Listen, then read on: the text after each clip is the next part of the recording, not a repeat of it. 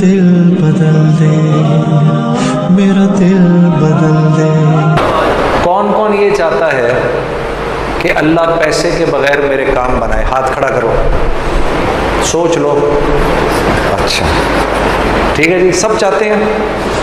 میں تمہیں ایسا اب نسخہ دے دیتا ہوں۔ بھائی جنید صاحب آپ نے بڑی تقریریں کی، بڑی پھڑے ماری، تو اب آپ طریقہ بھی بتا دیں۔ میں آپ کو طریقہ بتا دیتا ہوں، اور قسم کھا رہا ہوں میں اللہ کی، اگر تم نے وہ کر لیا تو اللہ تمہیں بغیر مال کے پال کے دکھائے گا۔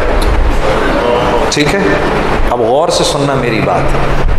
مولوی صاحب وہ قرآن کی کون سی آیت ہے جس میں اللہ نے مال خرچ کرنے کے 6 طریقے بتائے ہیں کہ اس پہ خرچ کرو، اس پہ خرچ کرو، اس پہ خرچ کرو، مساکین پہ خرچ کرو، رشتہ داروں پہ خرچ کرو؟ ایک آیت ہے، کوئی حافظ اگر ادھر بیٹھو آپ کو یاد آ رہا ہے؟ ذرا بتاتے جاؤ۔ پہلے کس کا نام لیا؟ سب سے پہلے اپنے مال کے 6 حصے کرنے ہیں۔ آج کے بعد جو گھر میں پیسے آئیں گے اس کے 6 حصے کرنے ہیں۔ ٹھیک ہے، غور سے سن لو۔ جو گھر میں پیسے آئیں گے اس کے کتنے حصے کرنے ہیں؟ 6 حصے کرنے ہیں۔ سب سے پہلے کس پہ خرچ کرنا ہے؟ فقراء پہ خرچ کرنا ہے۔ ٹھیک ہے جی، سب سے پہلے کس پہ خرچ کرنا ہے؟ پھر کس کا نام لیا؟ پھر مساکین کا، جو مسکین ہیں بیچارے۔ ٹھیک ہے، پھر اس کا نام لیا؟ ہاں، یہ عاملین کون ہوتے ہیں؟ جو اچھا، یہ وہ والی آیت ہے جس میں گردن چھڑانے والوں کا بھی ذکر ہے۔ ٹھیک ہے نا۔ پھر جو کسی نیک مقصد میں اپنے مال کو، آپ کے مال کو خرچ کر رہے ہوتے ہیں نا، ان پر علماء سے پوچھ لینا عاملین کس کو کہتے ہیں۔ یہ تیسرے لوگ ہیں جن پر خرچ کرنا ہے۔ چوتھا کون ہے جی؟ جن کو دین کے قریب کرنے کے لیے، ہاں، جن کو دین کے قریب کرنے کے لیے، یعنی جب اللہ کے راستے میں، یعنی جو قریب آ رہا ہو اس پر خرچ کرنا، جو دین کے قریب آ رہا ہو اس پر خرچ کرنا۔ یہ نہیں کہ دعوت دینے گئے تو اسی کے گھر میں کھانا شروع کر دیا۔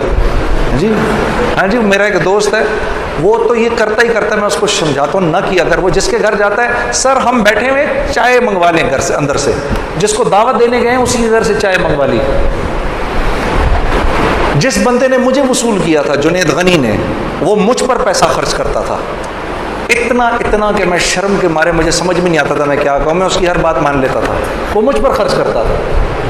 ٹھیک ہے، 4 ہو گئے، 5واں اور گردنیں آزاد کر دینے، قیدی، جو قیدی ہوتے ہیں، جو عدالتوں میں پھنسے ہوئے ہوتے ہیں، جن پر قرض چڑھے ہوئے ہوتے ہیں، اور اللہ کے راستے، وابن السبیل، اور جو اللہ کے راستے میں ہوتے ہیں۔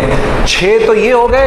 اپنے مال کے کرو 7 حصے، اور 7واں حصہ گھر والوں پر۔ اب یہ بات تو بڑی، پھر سمجھ رہو کہ پاگل ہوں نا؟ ہاں، کوئی گل نہیں،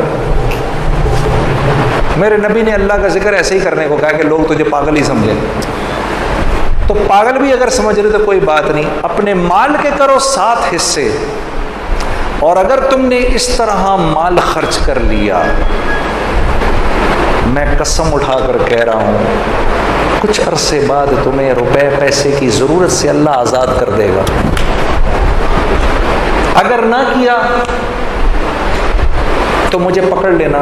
یہ بات مجھے مولانا سعید احمد خان صاحب کے توسط سے کسی نے بتائی ہے کہ ایک آدمی نے کہا مولانا یہ آپ زندگی کیسے گزارتے ہیں؟ انہوں نے بولا قرآن کی یہ آیت ہے، ان 6 لوگوں پر خرچ کر کے 7واں حصہ گھر والوں کو دے دو، اگر میرے ہی والا حال نہ ہوا تو مجھے پکڑ لینا۔ اپنے آنکھوں سے دیکھا کہ خالی جیب میں پیسے نکلتے، یہ سن لو جی، مولوی صاحب کہہ رہے ہیں اپنی آنکھوں سے دیکھا، خالی جیب میں سے پیسہ نکال رہے ہیں۔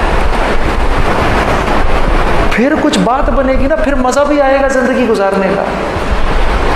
ابھی تو اللہ سے لینا سیکھا ہی نہیں، کچھ دیکھا ہی نہیں کہ اللہ کرتا کیا ہے۔ ہاں، لوگوں کی غیبت کرنا بند کر دو، اللہ کی قسم تمہاری ایک بات کسی اور تک نہیں پہنچے گی۔ کر کے تو دیکھو، پیٹھ پیچھے لوگوں کی بات کرنی بند کر دو،